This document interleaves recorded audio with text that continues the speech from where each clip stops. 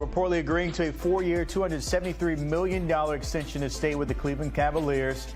That's according to ESPN. Mitchell just completed his 4th season in the land, averaging just under 28 points and making his 7th career All-Star team. The Cavs finished 4th there in the East this season before being swept by the Knicks in the conference final. But it is important offseason for the Cavs with a potential reunion with LeBron James still a possibility of returning back home. When it comes to those most playoff points per game, Mitchell is in the conversation. Top 7, right behind LeBron James, who they're seeking there at 27.8 points per game. So locking down one of those key pieces for maybe a title run in Cleveland.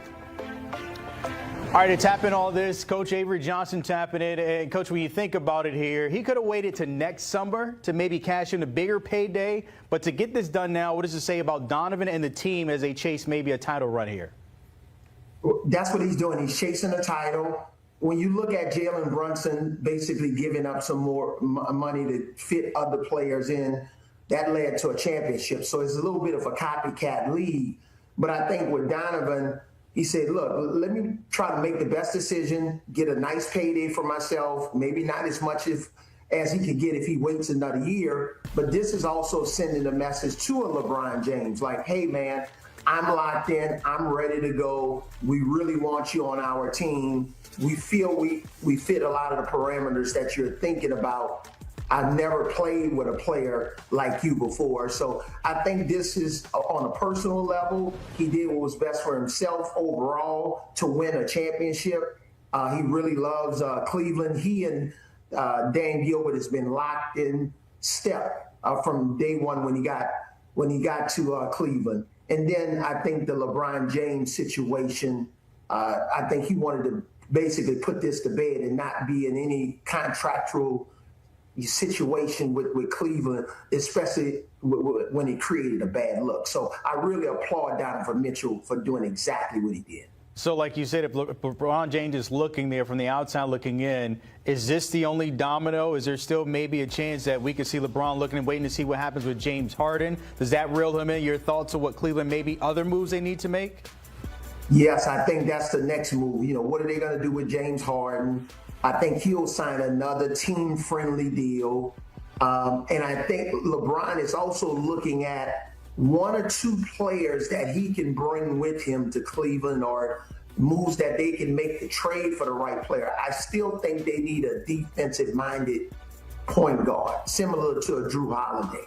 So Drew Holiday's won 2 championships. He's played with LeBron on the Olympic team. So I just think at the end of the day, LeBron is trying to look at the totality of a roster. And if he goes to Cleveland, who else can he bring with him that has experience, that has the professionalism, especially if James Harden is struggling in a playoff game? Who can they insert into that lineup that has that championship pedigree? And Drew Holiday would be one of those guys. Well, let me ask you this, Coach. If they are able to make those moves, is that enough in the East? We've seen the shakeup there. Obviously, Giannis in Miami. You got Kawhi back in Toronto.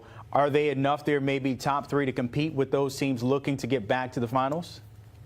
Absolutely. They make those moves that I just described. They would be the number 2 seed, the second favorite in the East behind the Knicks. The Knicks are still not getting as much respect overall as they should, and I got a tremendous amount of respect. But Cleveland would catapult Toronto. They're already ahead of Miami, especially if they can make those moves. You see it there, 20-1 in those odds to win it all. They're tied with the Raptors, but 5th overall behind your Spurs, the Thunder, the Knicks, the defending champions.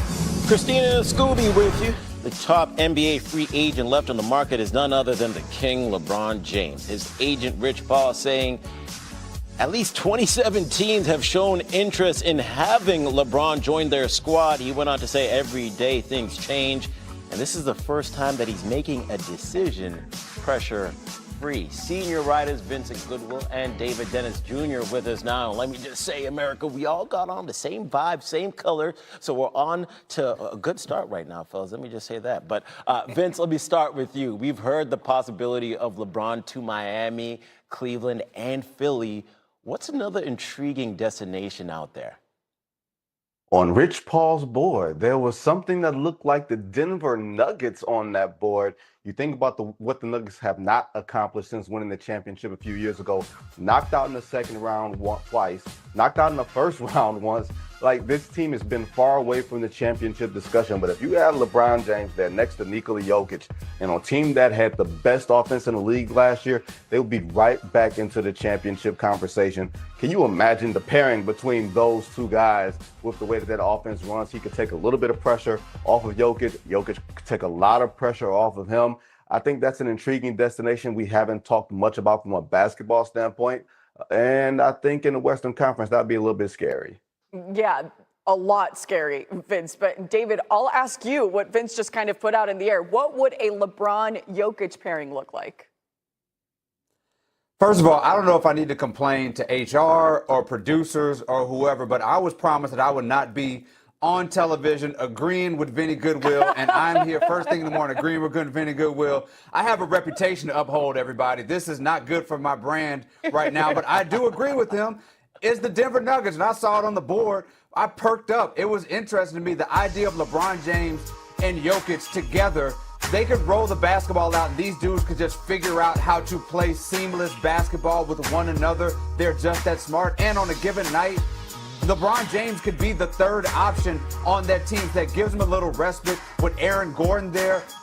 If he's healthy, defensively he helps. Part of this, though, a little bit of this on Denver. They got to figure out what they're going to do with Peyton Watson, and if they're going to get, try to make that move for LeBron, which would put them in the second apron, which is something they do not really want to do. But Jokic deserves a real shot, and trying to get LeBron James there gives him another real shot and a crack at a championship. All right, Vince, so what's the team that makes the most sense for LeBron? Well, trust me, me and my humble brother David will certainly disagree on this one to restore his brand. The Miami Heat, a reunion with Pat Riley and Eric Spoelstra. When you think about what they have, Giannis Antetokounmpo, Bam Adebayo, you can just even take away what we're seeing now, LeBron, when he was at the peak of his powers. He doesn't have to be that with the Miami Heat. He can play off of Bam. He can play off of Giannis. Eric Spoelstra commandeered one of the better offenses in the league last year without a true number one option. You slot LeBron in there with the shooting of Tim Hardaway Jr., with the Heat's sort of know-how of finding guys on the edges, the way that they've historically found guys like, the Gabe Vincents, the Max Struses of the world. The single easiest quality to find in the NBA is shooting. LeBron making a reunion with the Miami Heat, letting Giannis do all the things for the first 45 minutes. LeBron playing off of him, and then LeBron turning into a closer in the last 5 minutes of the game. That's something that makes logical sense to me. Let's stick with that word, logical. David, and as Vince just said, you'll probably disagree with him. Where do you believe is the most logical landing spot for LeBron?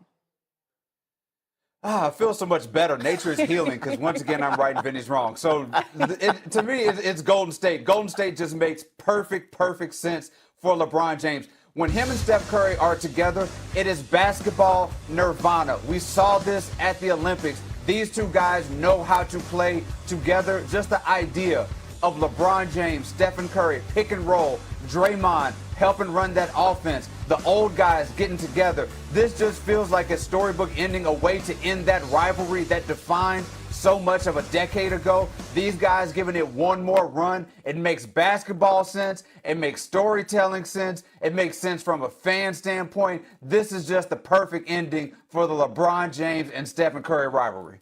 Wherever he ends up, we're going to love it, and we're going to watch. LeBron turns 42 on December 30th, by the way. Vince and David, thank you.